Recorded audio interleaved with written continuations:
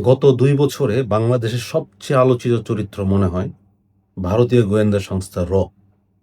কারণ এই সময়কালে এই এর ব্যাপারে যত প্রকার ইনফরমেশন, ইন্টেলিজেন্স এবং ন্যারেটিভ দেওয়া হয়েছে বাজারে, মানুষজনকে ফিড ইন করা হয়েছে, অন্য কোনো ব্যাপার নিয়ে মনে হয় এত আলোচনা হয়নি। এখন সমাজের সকল স্তরের মানুষ উপর থেকে নিচে সবাই এর ব্যাপারে এত ভালো জানেন, এত ভালো বোঝেন কিভাবে কাজ করে, কোথায় কাজ করে, এর এজেন্ট কিভাবে হয়, কারা, কারা এর এজেন্ট, কারা, কারা পে-রোলে আছে।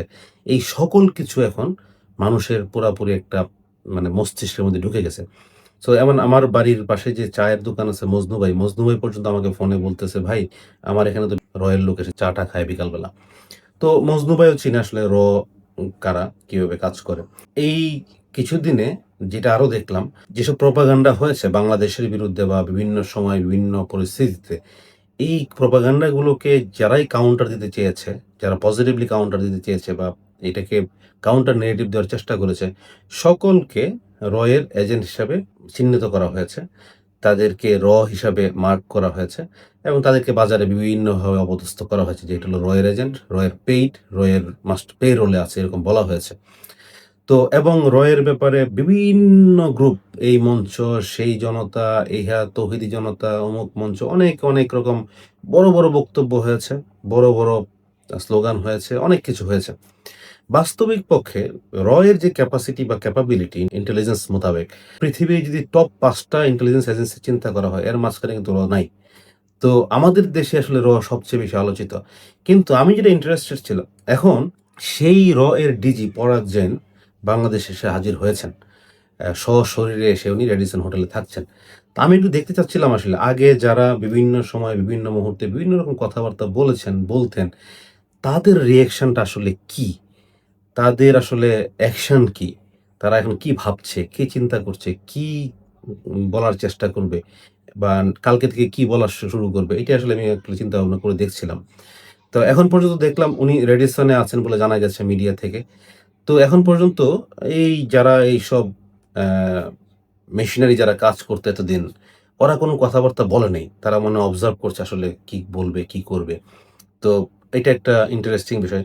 কিন্তু আমার এক্সপেকটেশন ছিল, আমার ধারণা ছিল, যেহেতু উনি রেডিসন হোটেলে আছেন, ঘোষণা দিয়ে আসছেন, তার মানে হলো এখন ওখানে একটা মিছিল, মিটিং, একটা মব বা একটা তৌহিদি জনতার মব বা একটা অমুক মঞ্চের মব কিছু একটা হয়ে যেতে পারত এতদিনে যে উনি উনি কেন বাংলাদেশে আসলো?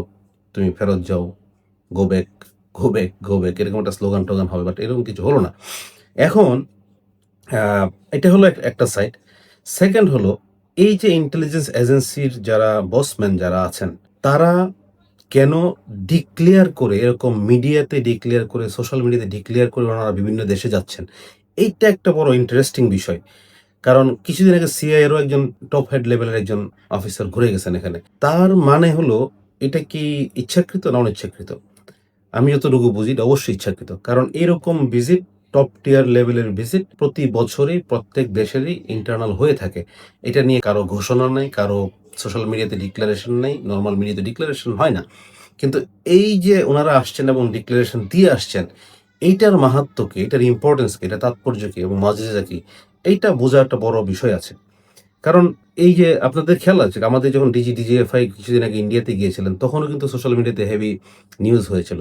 তো এই যে ডিজি লেভেলের যে মিটিং গুলা হয়, এগুলা কখনোই এরকমভাবে ওপেন সোর্স ডিক্লারেশন আসে না। এটা পৃথিবীর কোনো দেশেই আসে না। কিন্তু এবার কেন হচ্ছে? এখন কেন হচ্ছে? আমার মনে হয় কি তারাও ওই যে সিআইএ ঘুরে এগুলো এখন আসছেন। আমার মনে হয় তারাও বুঝার চেষ্টা করছে যেগুলা সোশ্যাল মিডিয়াতে ওপেন সোর্স থেকে যে ইন্টেলিজেন্স গুলা পাওয়া যায় হয়তো চেষ্টা করছে। এখন এই দেশের মানুষজন তাদেরকে নিয়ে আসলে কি ভাবছে? তারা যখন দেশে আসছে, ডেফিনিটলি সোশ্যাল মিডিয়া এগুলো তারা স্ক্রিনিং করছে যে কি পরিমাণ লোক কি পরিমাণ রিঅ্যাকশন দিচ্ছে এবং কি টাইপ রিঅ্যাকশন দিচ্ছে।